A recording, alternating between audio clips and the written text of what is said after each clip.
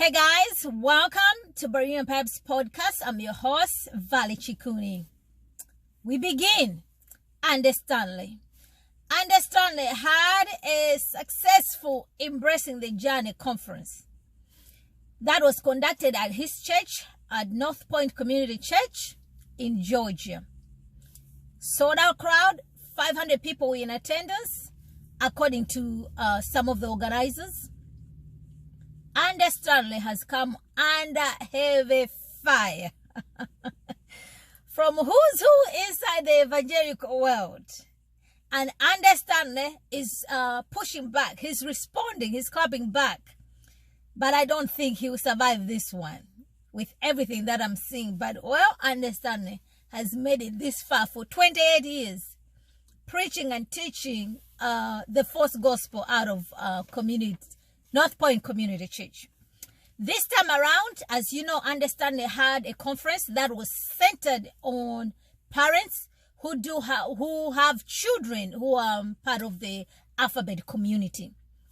They did this conference so that they can be equipped how they can nurture their children in this particular scene. Yes, in this particular scene. This is what transpired. There's a lot that took place over there, but just so you know what happened. There was a heavy police presence at this particular conference. And no, it had nothing to do with what happened at G3, where somebody threatened about the bomb. According to them, this police presence was just so to keep out some critics who thought they might infiltrate the conference, to keep out the uninvited guests, so to speak. But the conference was full. The people, all the speakers, alphabet affirming. I hope you guys know what I mean when I say that. We're on YouTube. They censor that type of language. Okay. Not only that, one of the speakers considers himself as a Christian, and he's married. He's in a mirage with another man. He was a speaker. One of the speakers over there bragged that he sold 80 copies in 4 hours.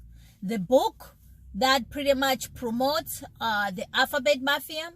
Not only that, just the reasons why churches should be accepting of this particular community. Andy Stanley himself, his words, he does not see why the word HS expression is a sin. He sees that as pretty much as nonsense. Okay, that's Andy Stanley.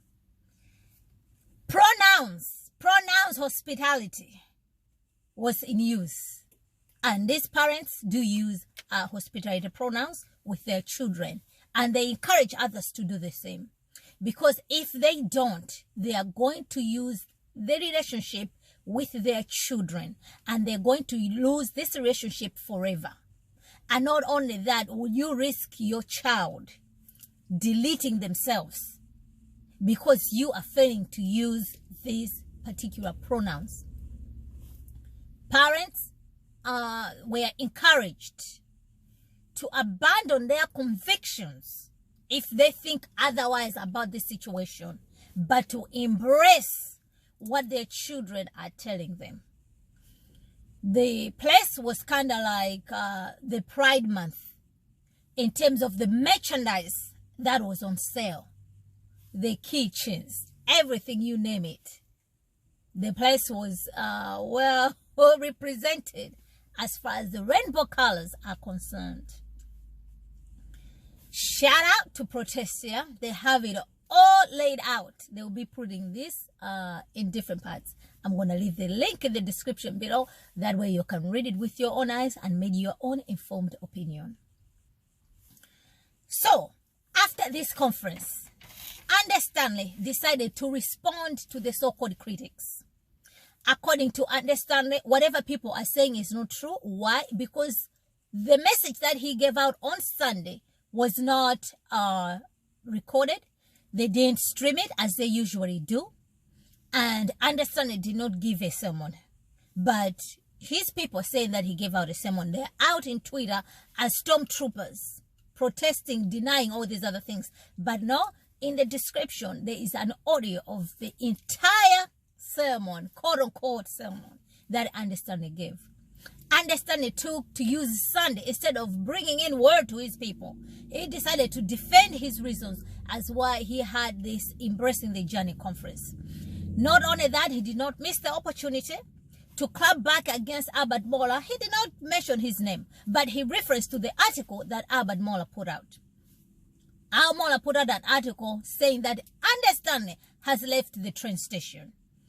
Everything that he said in that article, yes, it's true, I do agree. But if you are following this channel and everything, Albert Mohler always, whenever there's issues like this, he waits while the water, everything else is done, then he's going to speak about it.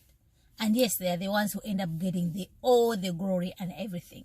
But we celebrate anytime when the truth is spoken.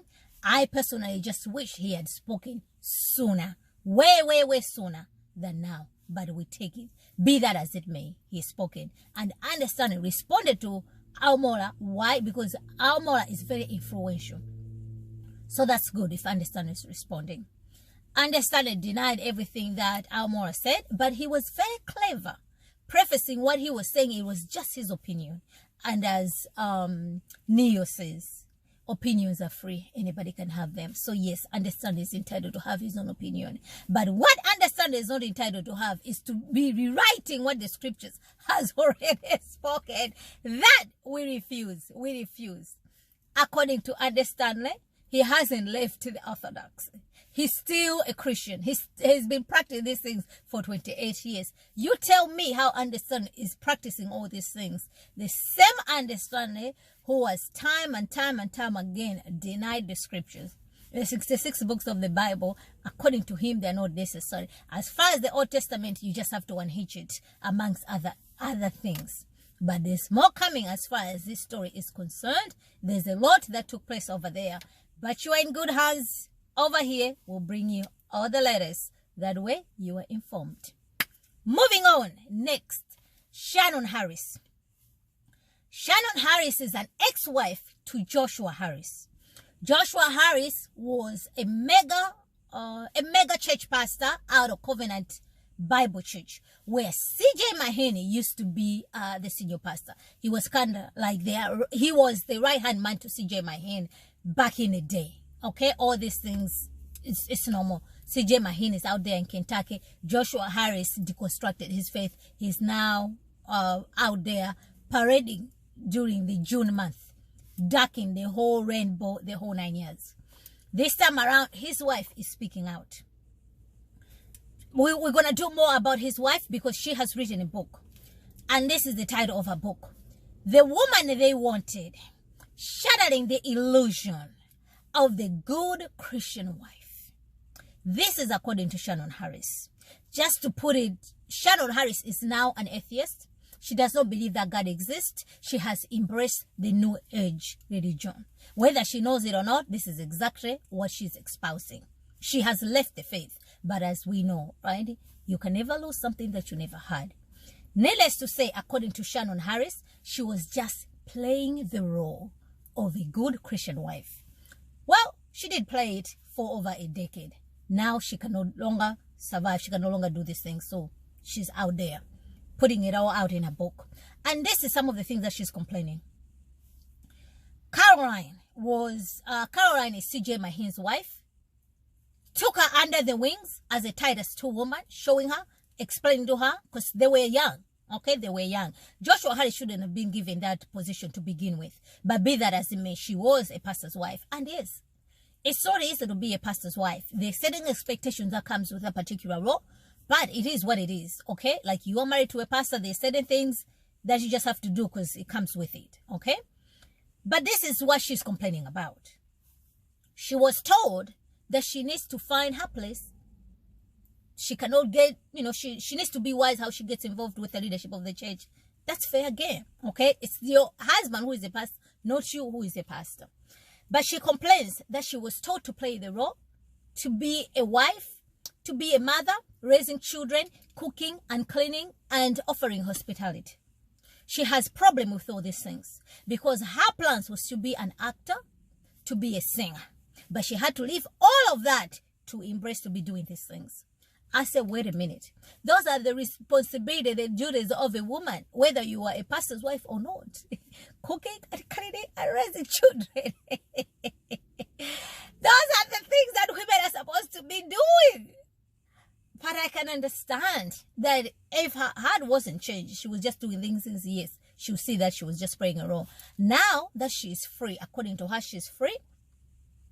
She's able to do whatever else she's doing. Okay?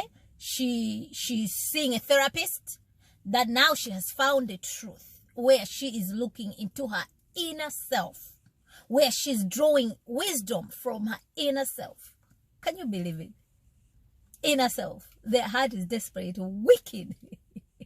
And this is where she's drawing her wisdom from. And she's encouraging other women to be doing the same.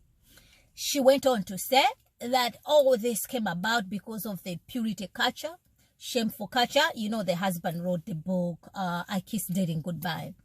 So there's so many things that she has complained about that particular life. I'm sure not everything was up and up, her being a pastor's wife. I grant that. But there's no way that where she is now, thinking that it's okay. She even went as far as saying that it's okay if you just don't want to do nothing, where you can just spend a day finishing the whole packet of Oreo cookies and watching pornography. That should be fine. Not only that, this woman has gone on to say that Eve, by eating the apple from the forbidden tree, that was wisdom, because Eve was taking initiative. This is what she's saying. So I think we need to dig deeper more on this particular book. Christianity Today, yesterday, they put out this particular article, but we'll do more on this story in the studio, so we can go through point by points. Either way, she has left the faith. Whatever she's espousing, it's nothing to do with the scripture. It's unfortunate that she did not enjoy her life being a pastor's wife. The ex-husband is no longer in the faith. The wife is no longer in the faith. So both of them have left their faith. They've left the faith. But we do believe once saved, always saved. There's no way you can lose your salvation. Nobody loses their salvation. But both of them are still alive and breathing and well today. So they do have an opportunity to repent and believe the gospel. And Jesus is able to save anybody to the uttermost. For now, she has denounced this particular faith. She has embraced New Age. The husband has embraced, the husband is an atheist now. But we know, according to Romans 1, everybody knows who God is. Everybody knows who God is. What do? They just suppress the knowledge of who God is. That's all they do. So stay tuned. More coming. More coming. I'll leave the links in the description below. You can avail yourself. Alright, that is all that I had for you guys today. I hope you find this to be informative to you. Be sure to subscribe. Follow me on Instagram, Twitter, and Facebook. Until next time, remember to be in the know. Thank you.